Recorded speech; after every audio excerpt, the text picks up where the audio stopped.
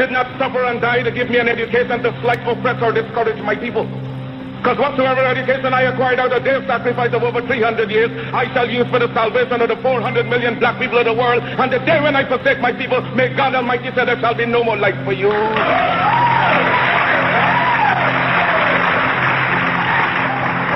I unequivocally rejected the racist assumption of much white American Christianity, namely that God had created the black man inferior and that he had intended Negroes to be a servant class, hewers of wood and drawers of water. Well, I predicated my view of man on the doctrine of Imago Dei. All men, regardless of color, are created in the image of God. Now, from this premise followed the equality of all men and the brotherhood of all men. The biblical injunction of Acts 17:26 reminds us that he created of one blood all nations of men that dwell on the face of the earth. I was most interested in brotherhood within his own race, because if Negroes are created in God's image and Negroes are black, then God must in some sense be black.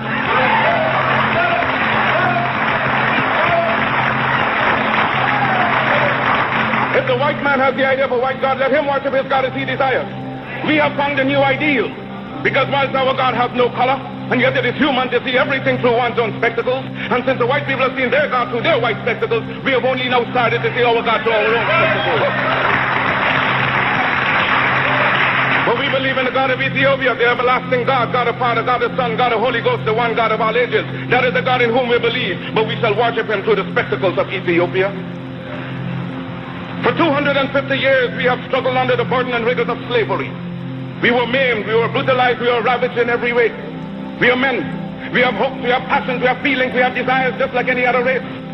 The cry is raised all over the world of Canada for the Canadians, of America for the Americans, of England for the English, of France for the French, of Germany for the Germans. Do you think it unreasonable that we, the blacks of the world, should raise the cry of Africa for the Africans?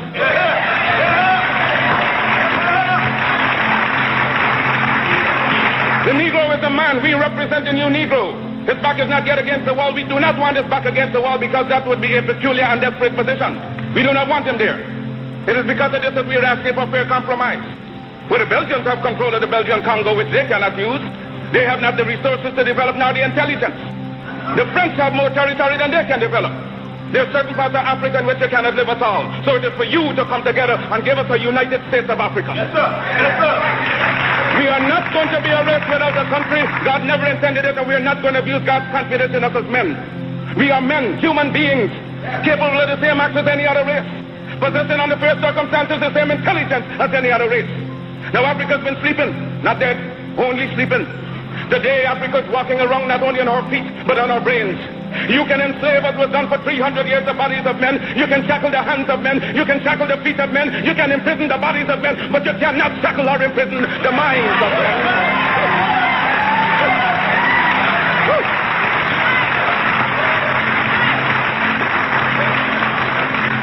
Dive down, black men, and dig. Reach up, black men and women, and pull all nature's knowledge to you. Turn ye around and make a conquest of everything north and south, east and west. And then when you have wrought well, you will have merited God's blessing. You will have become God's chosen people, and naturally you will become leaders of the world. And as you bow down to the white man today, so a lot of races bow down to you and call you a race of masters because of the superiority of your mind and your achievements. Because no race has the last word on culture and on civilization. They do not know what we are capable of. They do not know what we are thinking. They're thinking in terms of dreadnoughts, battleships, aeroplanes, submarines. You know what we're thinking about? That is our own private business.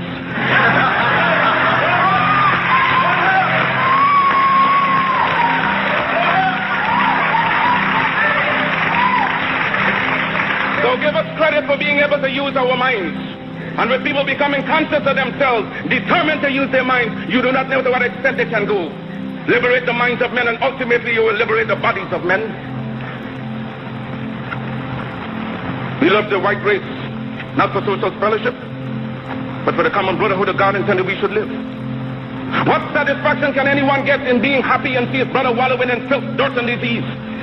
How can you be happy living in luxury and your brother's living in disease, and then when you try to help the one out of the disease, the subtle culprit talks about disloyalty?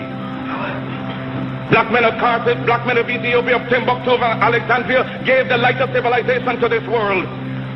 Ethiopia shall stretch forth her hands unto God, and princes shall come out of Egypt. Because classes, nations, races have been quite quiet for over 4 centuries. who was merely born abuse, insult, humiliation, whose forbearance can only be compared to the prophet Job, has likewise lifted his bowed head and raised it up to God's skies and cried out, I am a man, and demand a man's chance and a man's treatment in this world. That I shall teach the black man, I shall teach the black man to see beauty in his own kind and stop bleaching his skin and otherwise looking like what he's not.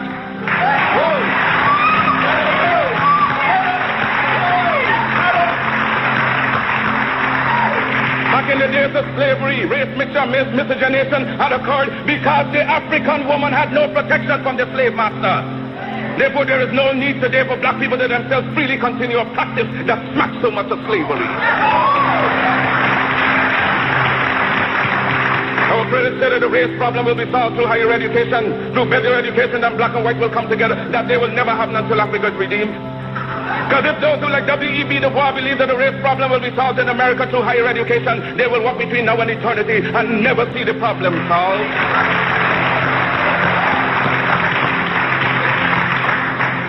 God made man Lord of his creation, gave him possession and ownership of the world. And you have been so darned lazy that you've allowed the other fellow to run away with the whole world, and now he's bluffing you and telling you that the world belongs to him and that you have no part in it. I don't have to apologize to anybody for being black, because God Almighty knew exactly what he was doing when he made me black. If black people knew their glorious past, then they would be more inclined to respect themselves. Yes, you heard of Johnny Walker Red and black. Well, he had his adversities, but he's still going strong.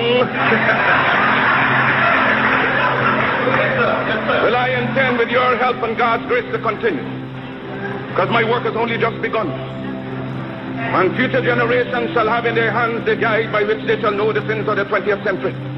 I know, and I know you too believe in time, but we shall wait patiently for 200 years if need be to face our enemies through our posterity. When my enemies are satisfied, in life I shall come back, or in death even to serve you as I served before. In life I shall be the same, in death I shall be a terror to the world.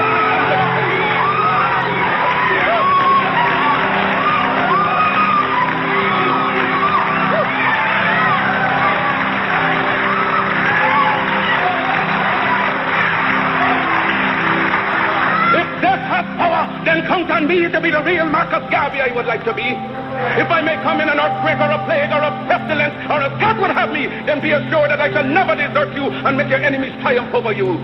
Will I God not go to hell 1,000,000 times for you? If I die in Atlanta, my work will only just then begin. For I shall live in the physical or the spiritual to see the day of Africa's glory. When I am dead, wrap the mantle of the red, the black, and the green around me. For in the new life I shall rise up with God's grace and blessings to lead the millions up the heights and the triumph that you well know.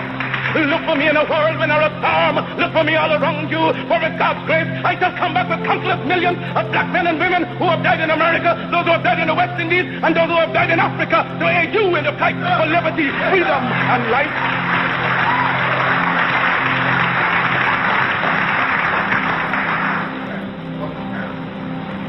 Any leadership that teaches you to depend upon another race is a leadership that will enslave you. Any leadership that teaches you to depend upon another race is a leadership that will enslave you. They gave leadership to our foreparents, and that leadership made them slaves. But we have decided to find a leadership of our own to make ourselves free men. Our great scholars have advanced through the colleges and universities, have thrown away the blessed record. Babylon did it. Assyria did it. France under Napoleon did it. Germany under Prince von Bismarck did it. England under America under George Washington did it. Africa with 400 million black people can do it. If you cannot do it, if you are not prepared to do it, then you will die. You race of cowards. You race of imbeciles. You race of good for nothing. If you cannot do what other men have done, what other nations have done, what other races have done, then you have better die.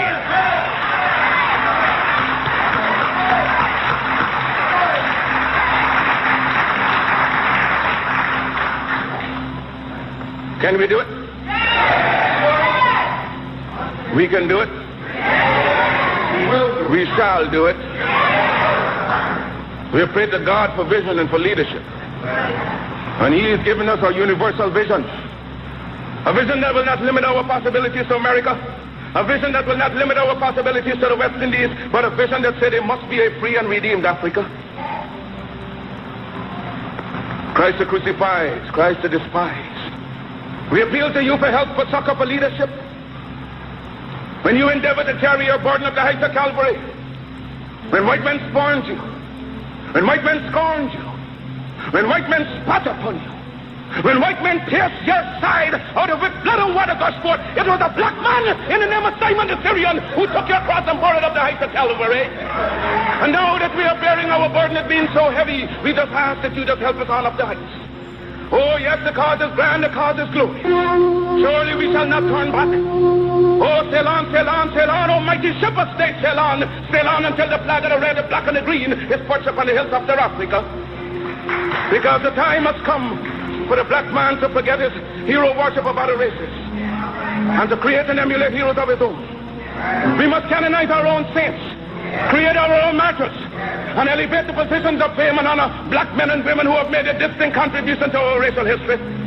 Sojourner Truth is worthy of a place of sainthood alongside the Joan of Arc. Crispus Attucks and George William Gordon are entitled to the halo of martyrdom with no less glory than the martyrs of any other race. Toussaint Louverture's brilliancy as a soldier or a statesman outshone that of any other people. Hence he's entitled to the highest place as a hero among men. Because Africa's created millions and countless millions of black men and women in war and peace, whose luster and bravery outshone that of any other people. So why not see good and perfection in ourselves? We must inspire our literature and promulgate a doctrine of our own without any apologies to the powers that be. That right is ours and God. Let sentiments and cross opinions go to the winds. We are entitled to our own opinion and are not obligated to or bound by the opinions of others.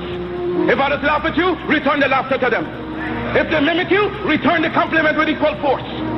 Because they have no more right to dishonor, discredit you in manhood than you have in dealing with them. Honor them when they honor you. Disrespect and disregard them when they vilely treat you. Their arrogance is but skin deep, an assumption that has no foundation in morals or in law. They have sprung from the same family tree of obscurity as we have. Their history is as rude in its primitiveness as ours. Their ancestors were running wild in living in trees of branches like monkeys as ours.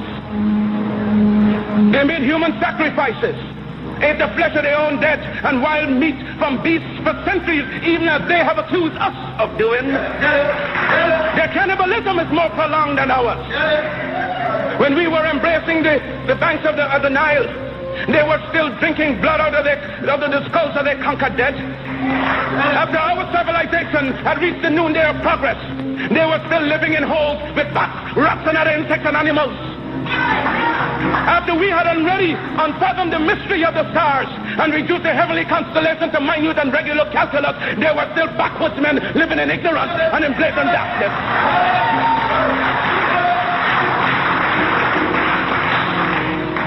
The world is indebted to us for the benefits of civilization. They stole our arts and sciences from Africa. Then why should we be ashamed of ourselves? Their modern improvement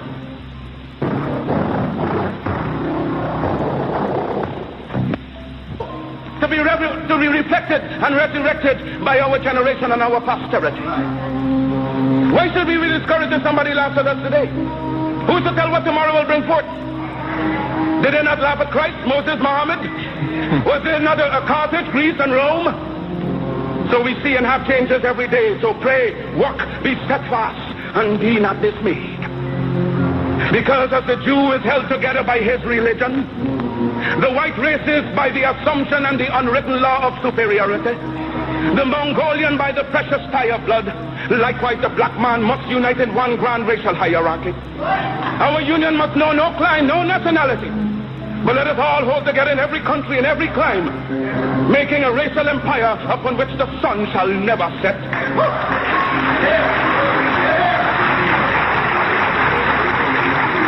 Let no voice but your own speak to you from the depths. Let no influence but your own rouse you in time of peace and time of war. Hear all, but attend only to that which concerns you. Your allegiance shall be to your God, your race, your country. Remember that the Jew in his political and economic urges always first the Jew. The white man is first a white man under all circumstances, so you can do no less. Be black, buy black, think black, and all else will take care of itself.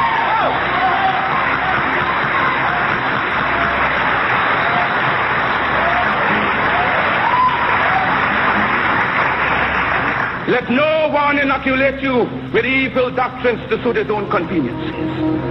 Charity begins at home. So first to thyself be true, and thou canst not then be false to no man.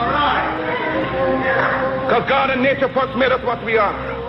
And out of our own creative genius, we make ourselves what we want to be. Follow always that great law. Let God and the sky be our limit and eternity our measurement.